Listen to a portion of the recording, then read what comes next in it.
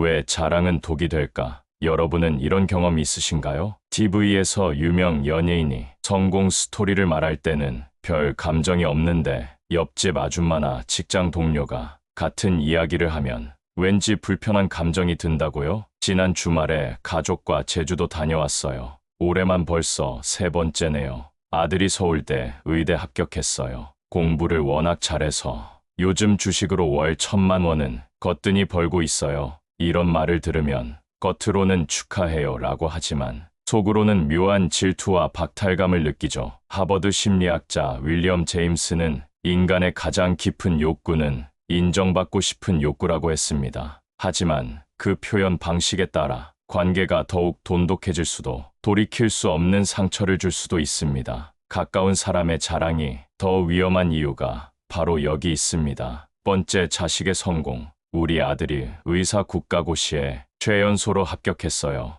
우리 딸이 공무원 시험에 첫 시도에 붙었대요. 우리 아이가 삼성전자 입사했는데 경쟁률이 100대 1이었대요. 자식의 성공은 부모로서 가장 뿌듯한 순간입니다. 밤잠을 설쳐가며 뒷바라지한 보람이 있다고 느끼는 순간이죠. 하지만 잠시 생각해 보세요. 여러분이 자식 자랑을 할 때 다른 부모들의 마음은 어떨까요? 옛날부터 자식 자랑만 일삼는 사람을 팔불출이라 불렀습니다. 자식 자랑이 얼마나 듣기 싫은 소리인지를 잘 보여주는 표현이죠. 이 세상에 자식 걱정 안 해본 부모가 어디 있을까요? 자녀 교육에 최선을 다하지 않은 부모가 어디 있을까요? 그런데 다른 아이의 성공 소식을 들으면 자연스럽게 자신의 자녀와 비교하게 됩니다. 그 과정에서 깊은 상처와 자책감을 느끼는 것이죠. 서울 강남구에 사는 박영미 씨는 아들이 서울대 의대 합격 소식을 동네 부모들에게 자랑했습니다. 처음에는 다들 축하해 주는 듯 했지만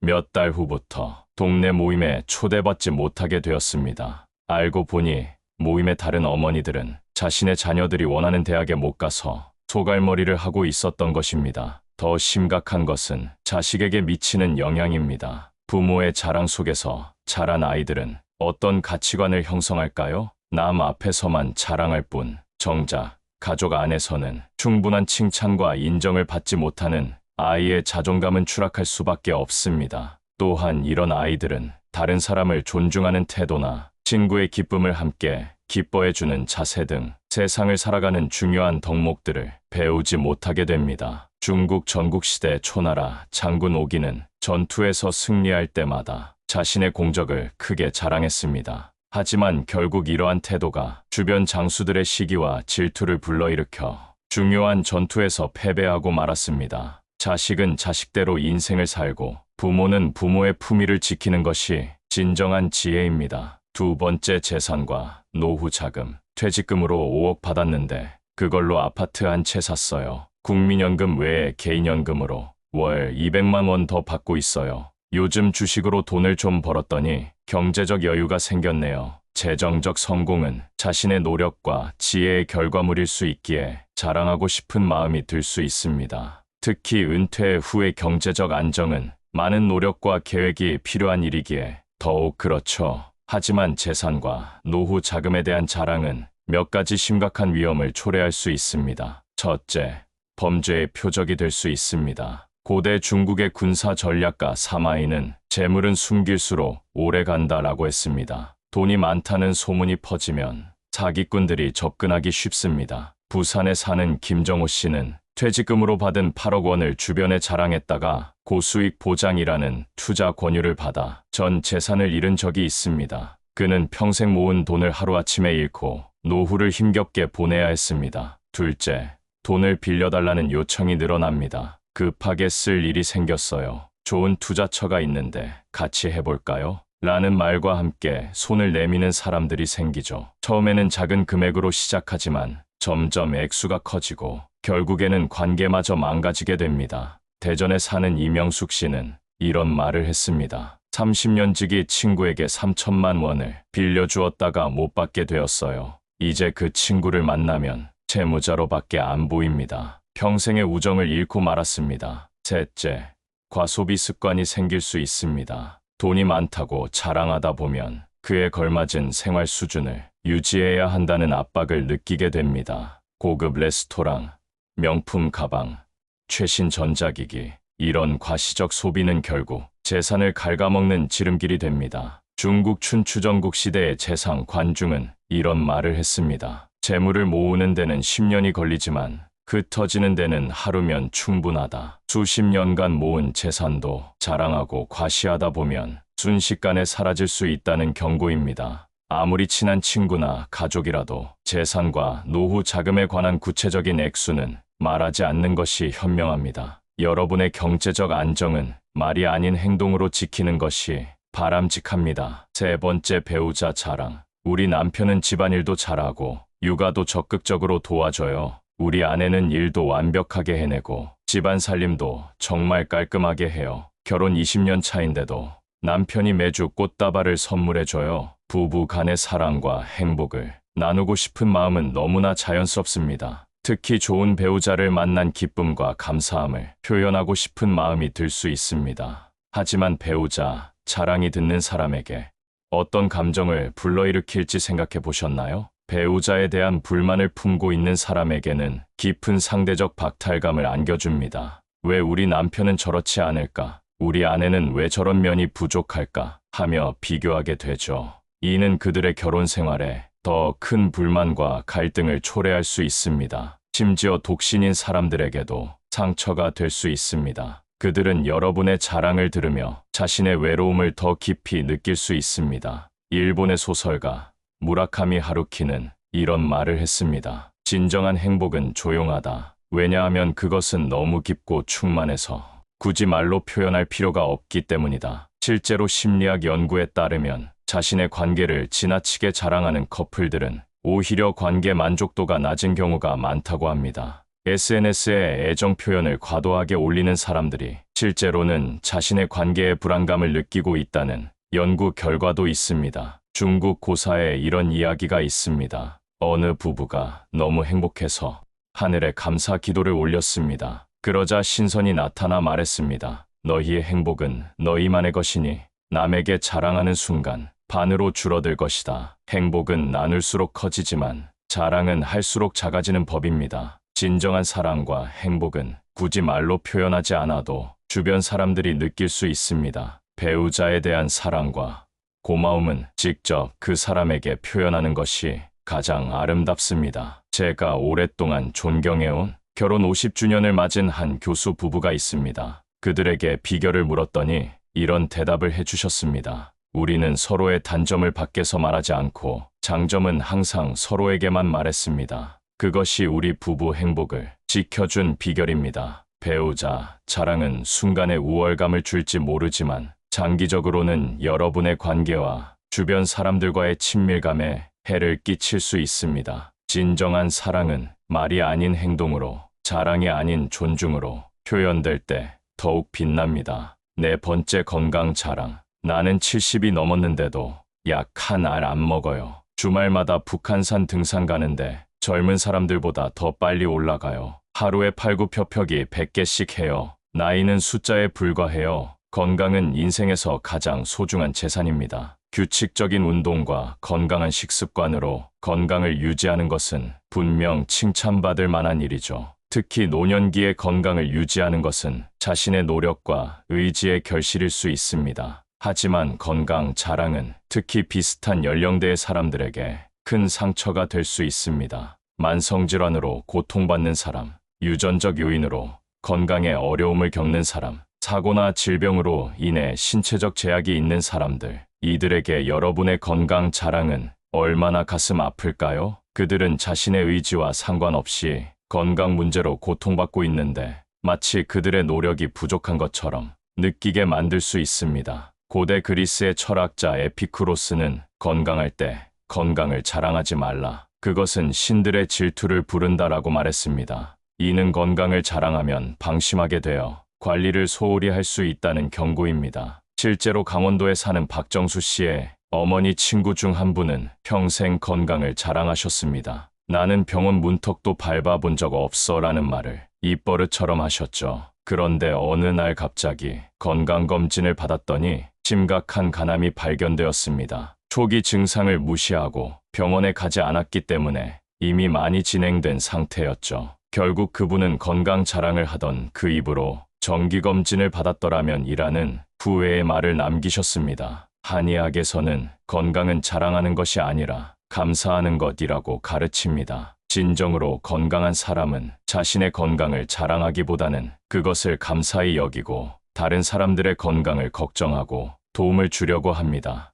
공자는 나이가 들면 몸은 약해지지만 마음은 더 강해져야 한다고 했습니다. 건강은 자랑거리가 아니라 감사하게 여기고 겸손하게 관리해야 할 축복입니다. 건강할 때 더욱 낮은 자세로 타인을 배려하는 것이 진정한 지혜이자 품격 있는 삶의 태도입니다. 만약 여러분이 건강에 자부심을 느끼신다면 그것을 자랑하기보다는 다른 사람들이 건강해질 수 있도록 도와주는 방향으로 에너지를 쏟는 것은 어떨까요? 그것이 진정한 건강의 축복을 나누는 방법일 것입니다. 5번째, 인맥과 과거의 지위. 내가 예전에 청와대 비서관이었을 때 그 유명한 연예인이랑 절친한 사이야. 내가 대기업 부장으로 있을 때는 직원이 수백 명이었지.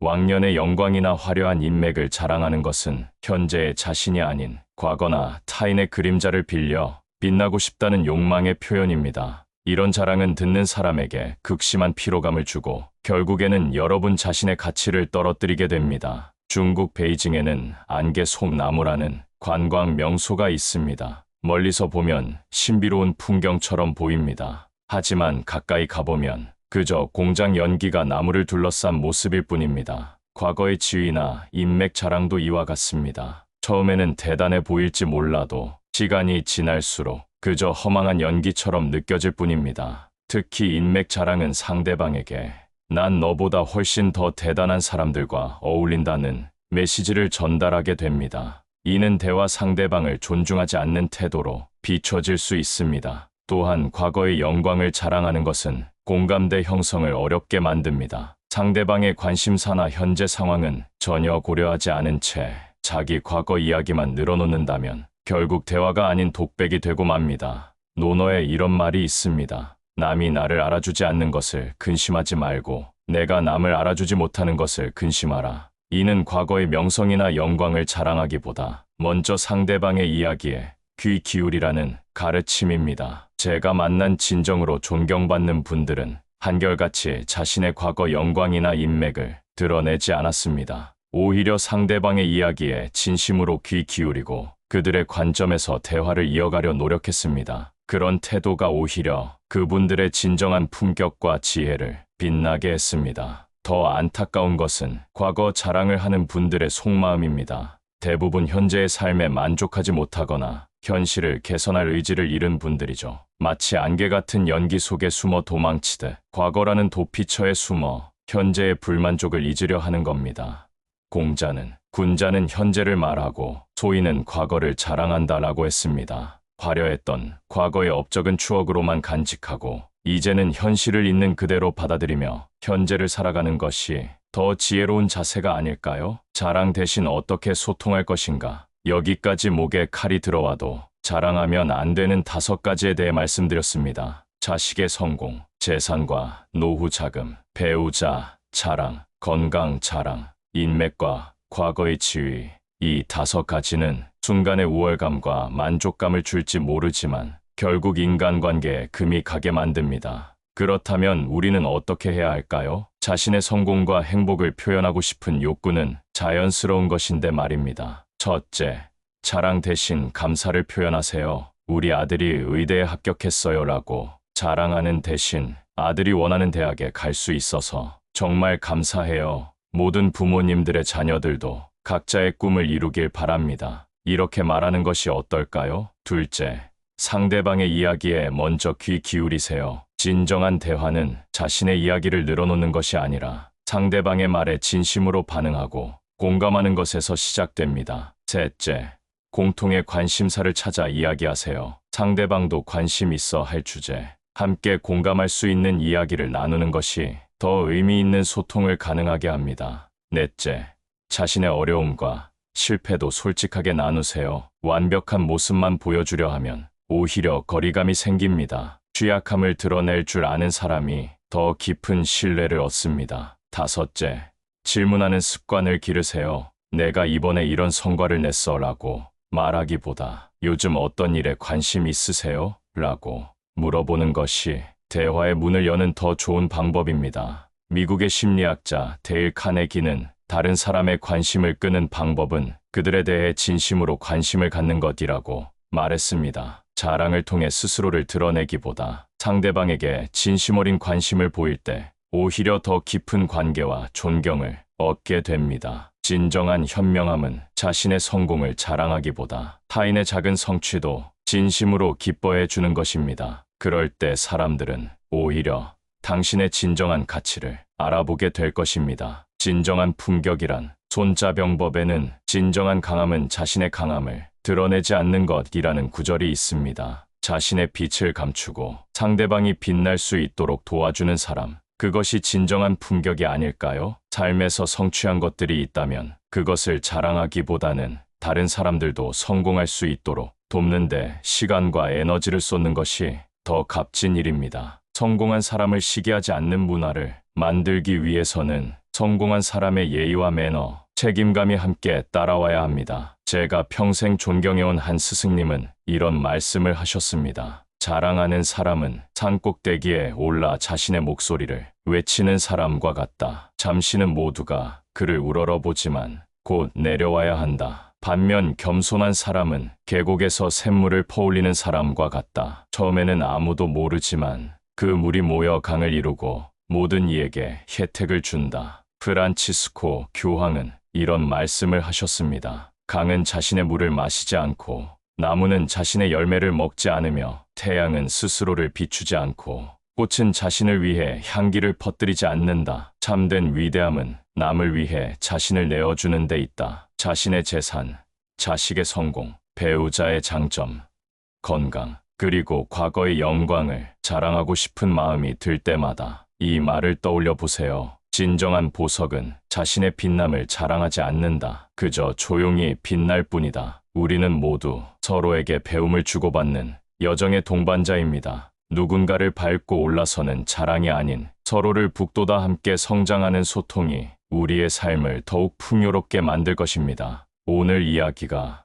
여러분의 인간관계를 더욱 깊고 따뜻하게 만드는데 작은 도움이 되었기를 진심으로 바랍니다. 혹시 무심코 했던 자랑이 누군가에게 상처가 되었을까 걱정되셨다면 오늘부터 새롭게 시작하면 됩니다. 진정한 소통은 자랑이 아닌 공감과 경청에서 시작됩니다. 여러분만의 지혜로운 소통 방법이 있다면 댓글로 나눠주세요. 서로의 지혜를 나누는 것이야말로 이 채널의 가장 큰 가치입니다. 여러분의 경험과 생각이 다른 분들에게 큰 도움이 될 것입니다. 더 많은 삶의 지혜와 인간관계에 도움이 되는 콘텐츠를 원하신다면 구독과 좋아요, 그리고 알림 설정을 꼭 해주세요. 여러분의 한 번의 클릭이 더 나은 콘텐츠를 만드는 원동력이 됩니다. 구독과 좋아요는 무료이지만 제게는 정말 큰 힘이 됩니다. 다음 영상에서는 인간관계의 깊이를 더해주는 대화의 기술에 대해